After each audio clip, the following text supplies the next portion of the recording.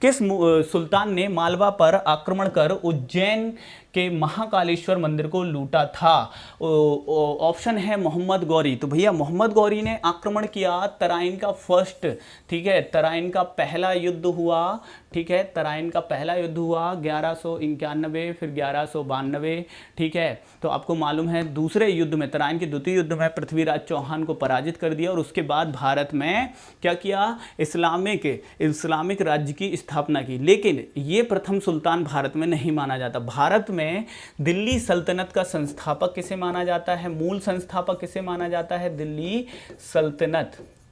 सल्तनत का वास्तविक संस्थापक यदि हम देखें तो वास्तविक संस्थापक माना जाता है इल्तुतमिश, जिसे गुलामों का गुलाम कहते हैं। क्यों इल्तुतमिश? क्योंकि गौरी का गुलाम कौन था? ऐबक, और ऐबक का गुलाम कौन था? इल्तुतमिश। हालांकि इल्तुतमिश को बाद में इसने अपनी गुलामी से मुक्त कर दिया था, तो लेकिन फिर भी उसे गुलामों का गुलाम कहा जाता है। तो इल्तुतमिश ने भाई 1210 में दिल्ली सल्तनत की नींव रखी और 1229 में मालवा का अभियान किया। कब किया? 1229 में मालवा का अभियान, और इस अभियान के दौरान उज्जैन पर आक्रमण किया और उज्जैन पर आक्रमण करके महाकाल मंदिर को क्या कर लिया? महाकाल मंदिर को लूटा। किसने लूटा महाकाल मंदिर को? तो ध्यान रखना है, महाकाल मंदिर को लूटा था इल्तुतमिश ने। हाँ देखो, आपको मैं बता देता हूं, कंफ्यूज नहीं होना, ठीक है।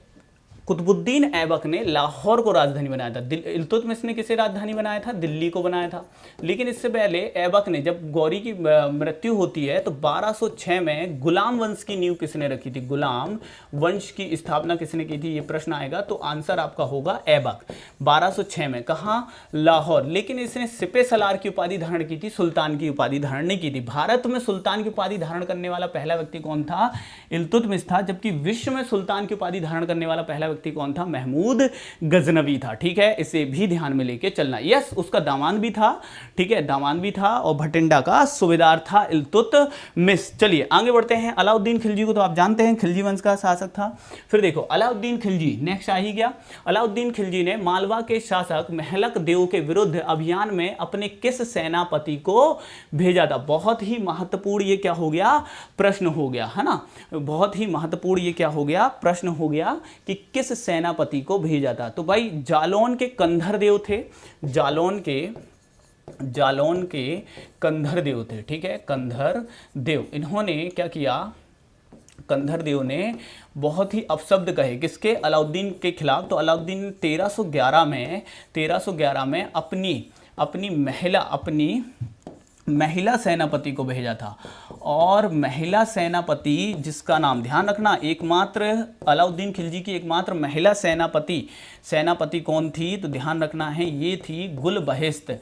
ये प्रश्न आपको एग्जाम में मिलता है, बहुत कम लोगों को जानकारी होती है कि अलाउद्दीन खिलजी की महिला सेनापति थी गुल बहिश्त। और इसे किस अभियान पे भेजा था अलाउद्दीन खिलजी ने? तो जालौन के कंधर देव के खिलाफ 1311 में, और कंधर देव पराजित भी हुए थे। मलिक काफूर जो कि अलाउद्दीन खिलजी का, ठीक है, सबसे महत्वपूर्ण सेनापति था, और इसने पूरे दक्षिण भारत को जीता था, पूरे दक्षिण भारत को किसके लिए? अलाउद्दीन खिलजी के लिए। तो ध्यान रखना, अलाउद्दीन खिलजी के लिए संपूर्ण दक्षिण भारत की विजय किसने की थी?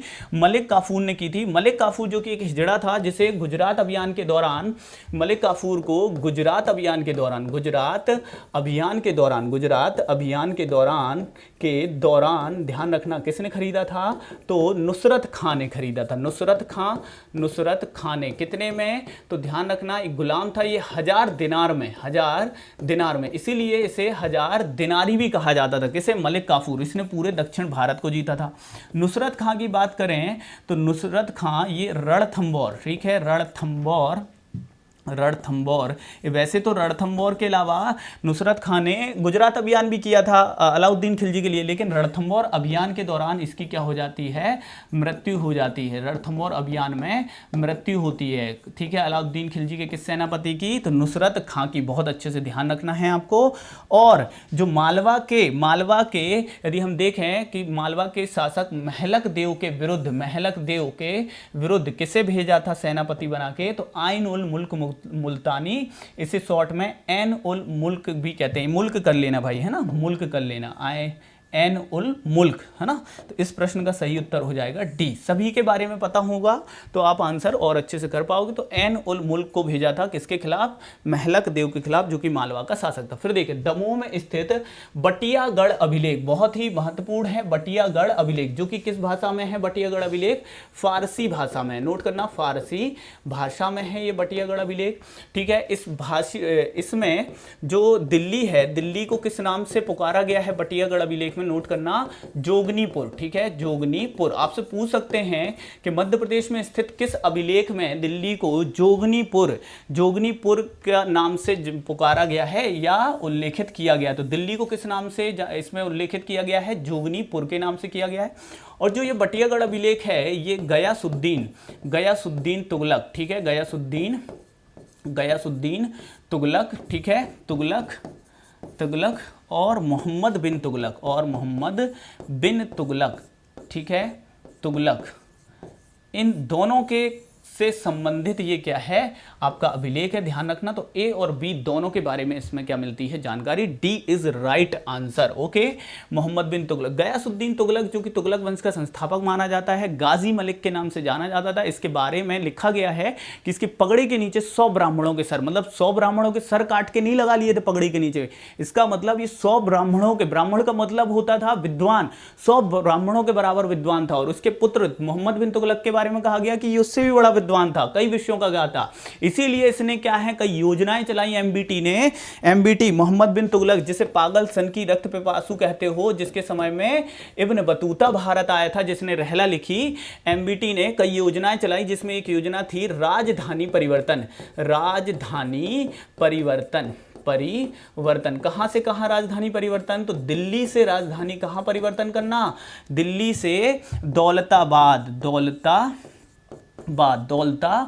राजधानी परिवर्तन करना। लेकिन जब दिल्ली से राजधानी दौलताबाद परिवर्तन करनी थी तो इतना लंबा सफर, ट्रेन तो चल नहीं रही, ठीक है, इस अभी बुलेट ट्रेन तो चली नहीं थी इस समय, न ट्रेनें चल रही थी, तो कैसे जाएंगे, तो भाई आपके घोड़ों से जाएंगे, हाथी। अच्छा, राजधानी परिवर्तन मतलब ऐसा नहीं कि राजा अकेले चले गए और राजधानी परिवर्तन, पूरा राज परिवार भी जाएगा। तो इतने सारे लोगों को ले जाना है तो रुक रुक के जाना होगा। तो इन्होंने मध्य प्रदेश के धार में धार का किला क्यों बनवाया था, सिर्फ धार का किला इसलिए बनवा दिया कि राजधानी परिवर्तन, इसलिए बहुत सारा खर्च भी किया ऊटपटांग इन्होंने, और इन्होंने प्रजा को परेशान भी किया। दिल्ली से दौलताबाद लेके आए, जो कि कहाँ, महाराष्ट्र में, और दौलताबाद से फिर कुछ दिन बाद कहाँ ले गए, दिल्ली। तो प्रजा क्या हो गई, परेशान। तो पागल सन की रक्त पिपासु का, भैया पगला है, सुल्तान क्या है, पगला है, कुछ भी करता है, कभी बोलता है दौलताबाद चलो, कभी बोलता है वापस दिल्ली चलो, अच्छा नहीं लग रहा, मन नहीं लग रहा। तो भैया धार का किला किसने बनवाया था, ध्यान रखना है, तो अलाउद्दीन खिलजी, आपके मोहम्मद बिन तुगलक ने बनवाया था धार का किला। जबकि मंदसौर के किले के बारे में कहा जाता है कि ये अलाउद्दीन खिलजी ने बनवाया था। आगे बढ़ते हैं। मालवा में स्वतंत्र मुस्लिम राज्य की स्थापना किसने की थी, तो ध्यान रखना है, जब आपके तैमूर लंग का आक्रमण होगा 1398 में, 398 में तैमूर लंग इसलिए कहते थे कि इसका एक पैर क्या था, छोटा था। इसने 1398 में दिल्ली पर आक्रमण किया, जिससे दिल्ली सल्तनत क्या होती है, कमजोर। और इस समय मालवा का सूबेदार होता है कौन, तो दिलावर खान, नोट करना, दिलावर खान। और दिलावर खान जब दिल्ली को कमजोर देखता है तो अपने आप को मालवा में क्या कर देता है, मालवा में स्वतंत्र सल्तनत की स्थापना कर देता है और अपने आप को मालवा का सुल्तान घोषित कर देता है। कौन, दिलावर खां। तो बहुत अच्छे से ध्यान में लेके चलना है। और दिलावर खां का मूल नाम नोट कर लो, हुसैन था। हुसैन इसका मूल नाम था दिलावर खां का। और ये स्वतंत्र राज्य की स्थापना करता है, कौन करता है, तो दिलावर खां करता है। और दिलावर खां के बाद शासक कौन बनता है, हुशंग शाह बनता है। और हुशंग शाह के बाद कौन बनता है, महमूद खिलजी बनता है। लेकिन मलिक रजा कौन था भाई, तो मलिक रजा ने, ध्यान नोट करना, खानदेश किसे कहा गया, खानदेश मध्यकाल में निमाड़ को कहा गया। निमाड़ जो क्षेत्र है हमारा, अनूप प्रदेश जिसे कहा गया था प्राचीन काल में, इस खानदेश में फारूकी वंश का संस्थापक, नोट करना, फारूकी वंश फारूकी वंश का संस्थापक, नोट करना, संस्थापक कहां पर, खान देश में या निमाड़ में फारूकी वंश का संस्थापक कौन था, मलिक रजा। तो इसे भी नोट करना बहुत ही महत्वपूर्ण होगा आपके लिए एग्जाम में। चलिए आगे बढ़ते हैं। चंदेरी का युद्ध कब हुआ, चंदेरी का युद्ध देखें, यदि हम देखें तो 21 अप्रैल 1526 को हुआ था। पानीपत फर्स्ट, ठीक है, पानीपत प्रथम हुआ था भाई, पानीपत प्रथम आपके किसके बीच में, तो मुगल बादशाह बाबर और इब्राहिम लोदी के बीच में। फिर 16 मार्च 1527 को क्या हुआ, खानवा का युद्ध, खानवा का युद्ध हुआ, ठीक है, ध्यान रखना है खानवा का युद्ध कब हुआ था, तो 16 मार्च। डेट के साथ इधर पे आपको लेके आए हैं कंटेंट, क्योंकि एग्जाम में पीएससी में डेट पूछ ली थी पानीपत के प्रथम युद्ध की। अब सब 1526 वर्ष रट के जाते हैं, डेट आ जाती तो फिर रोते हुए आते यार डेट नहीं पता थी। भाई याद रखो, 21 अप्रैल 1526 पानीपत प्रथम, फिर 16 मार्च 1527 खानवा का युद्ध, और 29 जनवरी 1528 को हुआ था चंदेरी का युद्ध। चंदेरी का युद्ध नोट करो, चंदेरी का युद्ध। अच्छा, खानवा का युद्ध किसके बीच हुआ था, बाबर और राणा सांगा के बीच हुआ था। और चंदेरी का युद्ध जो है, ये चंदेरी के शासक कौन थे भाई, चंदेरी के शासक थे मेंदिनी राय, ठीक है, मेंदिनी राय थे। इसीलिए यहां खूनी दरवाजा मिलता है, कहा जाता है बाबर ने इतना कत्लेआम किया कि दरवाजे के आसपास कई दिनों तक खून डला रहा, इसलिए उसे खूनी दरवाजा कहते हैं। और फिर 6 मई 1929 को हुआ घाघरा का युद्ध, ठीक है, तो घाघरा का युद्ध ये कब हुआ था, घाघरा का युद्ध ये अफगानों और किसके बीच हुआ था, बाबर और अफगानों के बीच हुआ था। इस प्रश्न का सही उत्तर होगा सी इज राइट आंसर। ओके, पानी पिया, खाना खाया, यस बिल्कुल, घर गया, ठीक है, पानी पिया, खाना खाया, चांद देखा, घर गया, और फिर आपके 1530 में मर गया, ठीक है, 1530 में मर गया। ध्यान रखना है इस प्रश्न को भी अच्छे से। ओके, चलिए आगे बढ़ेंगे। अब इसके बाद आगे बढ़ेंगे और आगे देखेंगे मध्य प्रदेश में किस किले की विजय शेरशाह सूरी के चरित्र पर काला धब्बा मानी जाती है। तो भाई रायसेन पर आक्रमण किया था, रायसेन के किले पर आक्रमण किया था। शासक कौन था रायसेन का, पूरणमल शासक था। और यहाँ पर शेरशाह सूरी